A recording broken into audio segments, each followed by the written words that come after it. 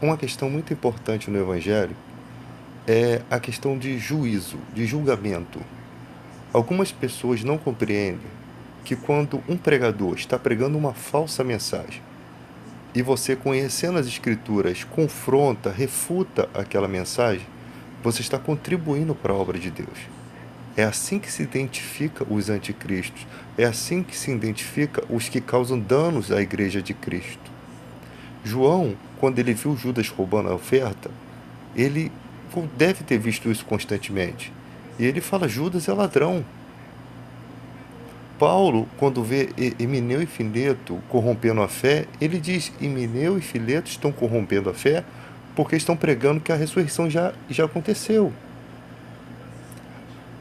E olha como Paulo procede quando ele envia a carta a Filemão, e Filemão tinha um servo, um escravo, que havia causado dano, talvez roubado ele. Só que Paulo encontra esse homem que se converte e por acaso e conta-lhe a história acerca do que aconteceu. Então Paulo pede a Filemão para receber esse servo de volta. Ou seja, o evangelho, ele vê a mudança das pessoas. O evangelho, ele não julga as pessoas com maldade, ele julga porque a pessoa está se portando no evangelho de forma errada. Quando um mágico tentou comprar o dom do Espírito Santo, Pedro teve que repreendê-lo. Quando os falsos pregadores, falsos profetas, iam tentando ganhar lucro com a igreja, João disse: não recebais em casa, porque se você recebe esses missionários em casa, vocês estão contribuindo com a obra do diabo. Então, não se trata de um julgamento, se trata de uma avaliação, experimentar os espíritos para ver se vem de Deus. Você tem o direito de experimentar uma falsa profecia. Quantas falsas profecias foram ditas nesses canais do YouTube da República? Quantas falsas profecias de canais que têm 500 mil inscritos? Os cristãos precisam aprender, os cristãos precisam entender. Precisam ser verdadeiros, precisam se posicionar de uma forma de dizer: não, você não está pregando o verdadeiro evangelho, porque eles estão causando males. Não é a obra de Deus que está operando ali. Eles estão dizendo que são um dos nossos, mas não estão agindo como um dos nossos.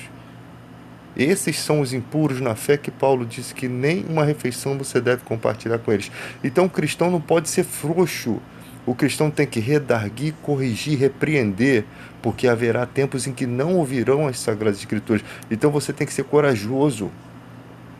Profetas se levantavam contra pessoas, contra nações.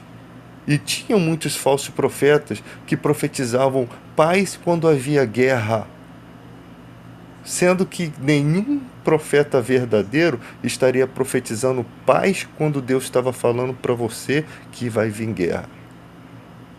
Então, perceba, e quando Jeremias, se não me engano, Jeremias amaldiçoou um falso profeta que morreu naquele mesmo ano. Por quê? Porque ele desrespeitou o falso profeta, rasgou as vestes dele, expôs ele à vergonha. Então vocês precisam aprender isso. Não fale em nome do Senhor se Deus não tiver falado. Deus manda te dizer, Deus não manda dizer nada, é muito raro isso acontecer. E Deus não usa qualquer pessoa, Deus não usa pessoas o tempo todo. É muito difícil você ver curas, é muito difícil você ver grandiosidade, ainda mais que quando Deus faz muito mais ocultamente para que o mundo não veja. Porque Jesus nunca quis ser conhecido como um curandeiro e era exatamente por isso que ele curava e fugia daquelas pessoas para que elas não interpretassem de forma errada. Ele não veio como um curandeiro, ele veio como salvador do mundo.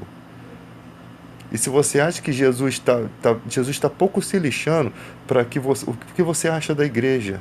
Ah, mas a igreja tinha que ser mais moderna, a igreja tinha que aceitar, mas Jesus está pouco se lixando, a igreja vai ser o que tem que ser. Santa, vai ter culto, não vai ter baderna. Jesus disse para os seus discípulos: vocês querem ir também com eles? E Pedro disse: para onde iremos, Senhor? Só tu tens as palavras de vida eterna. Ou seja, Pedro não estava ali por diversão, estava ali pelas palavras de vida eterna. É por isso que você tem que estar na igreja, pelas palavras de vida eterna. Você não pode buscar Jesus por outra forma. por outro meio, de outra maneira. A igreja, mas a gente tem que ter estratégia. Irmão, tem lugares em que as pessoas estão morrendo em um dia de culto, estão morrendo para ir à igreja. Você acha que vai ser fácil aqui no Brasil? Aqui no Brasil já é muito fácil. Você acha que Deus precisa facilitar mais ainda? A igreja está de porta aberta. Se você quiser entrar, entre. Se você não quiser, arda no fogo do inferno. Viva na carne. O que se suja ainda.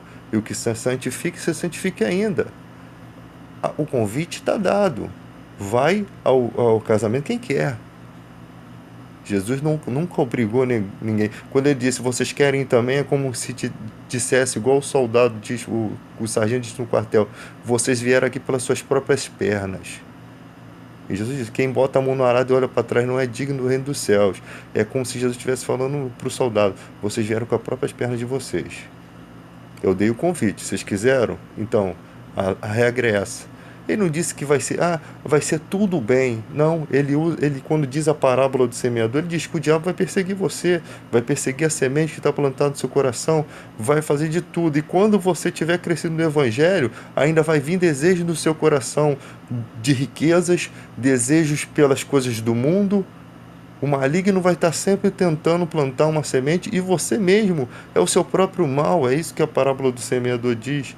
Muitos na cobiça se desviaram da fé, se atormentaram com muitas dores. Então o que você mais vai ver é pessoas do meio poderosas, pessoas que são notadas por muitos, vendo no evangelho uma oportunidade de ficar rico. É o que você vai mais ver, porque sempre aconteceu isso na história bíblica. Então não se espante quando você vê a gente repreendendo, não se espante quando a gente estiver dizendo esse caminho não está certo, esse cara não prega direito, esse cara é um charlatão, porque a gente está falando a verdade. O corpo de Cristo todo ataca esse tipo de argumento. Por quê? Porque eles estão nos atacando. Eles estão atacando, eles estão querendo mostrar, difamar o evangelho, mostrar para o mundo que nós, evangélicos, somos iguais a eles. Então nós temos que fazer a diferença. Por isso que a espada, a palavra de Deus é a espada do Espírito Santo. Eu nunca vi uma espada estar desembainhada sem lutar. Ela é espada, é arma de ataque e de defesa. Então eu deixo aqui essa pequena amostra para vocês entenderem. Quando você vê o irmão questionando ministérios, questionando pregações, ele está fazendo o certo, ele está fazendo o que Jesus faria aqui. Porque quando ele veio aqui, ele questionou um monte de coisas que os fariseus inventaram. Eles achavam que lavar as mãos era um ato de purificação e depois foram questionar os discípulos por que eles não lavavam as mãos.